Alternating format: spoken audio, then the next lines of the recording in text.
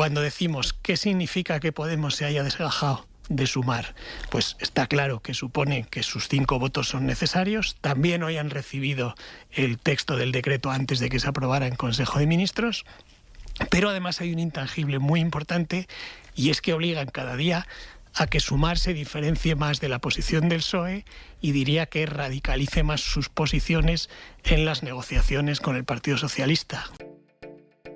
De esta manera, el periodista Fernando Garea señalaba el nuevo horizonte que se abre tras la aprobación en el Consejo de Ministros de las medidas anticrisis del Gobierno, y la respuesta a ellas por parte de Podemos y Sumar.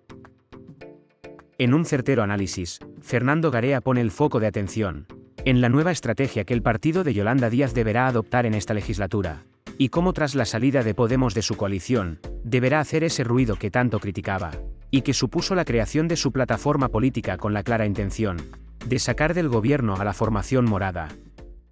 Consejo de Ministros, y por tanto no se podía cambiar. Tan dura y tan larga ha sido la discusión como que la rueda de prensa del presidente del Gobierno ha empezado prácticamente 1 hora más tarde de lo previsto. Y mientras el presidente del Gobierno está hablando de justicia social y de las medidas que se han aprobado, Yolanda Díaz, vicepresidenta segunda, está difundiendo una nota en la que acusa al Gobierno, por esa medida que se ha aprobado, de hacer regalos fiscales a las empresas. Es decir, eso ha ocurrido en este recorrido, unido a que a Bildu efectivamente se le dio el tema de los desahucios. Es decir, hay que negociar no ya solo en la mesa del Consejo de Ministros, sino fuera.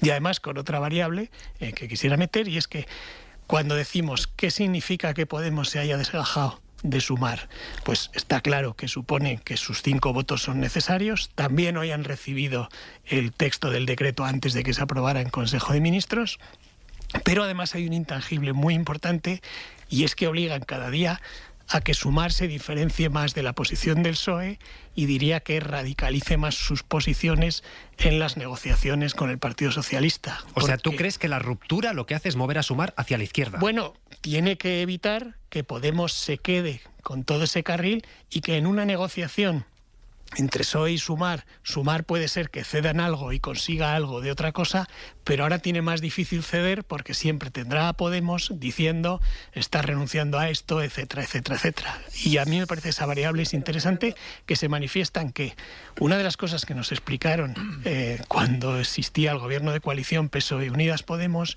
es que el PSOE quería superar eso y hacer una coalición con Yolanda Díaz, entonces ni siquiera se llamaba Sumar, en la que las diferencias no se hicieran públicas, sino que se discutieran dentro y que no hubiera, digamos, líos. Bueno, pues hoy lo que ha pasado, insisto, lo que decía antes, es que mientras el presidente del Gobierno hablaba en la rueda de prensa de justicia social y de los que más pagan más tienen, etcétera, su vicepresidenta, creo que justo simultáneamente, estaba acusando al Gobierno, al presidente del Gobierno, de hacer esos regalos fiscales. Es decir, hay una complicación enorme cuando se aprueba hasta un decreto en el Consejo de Ministros.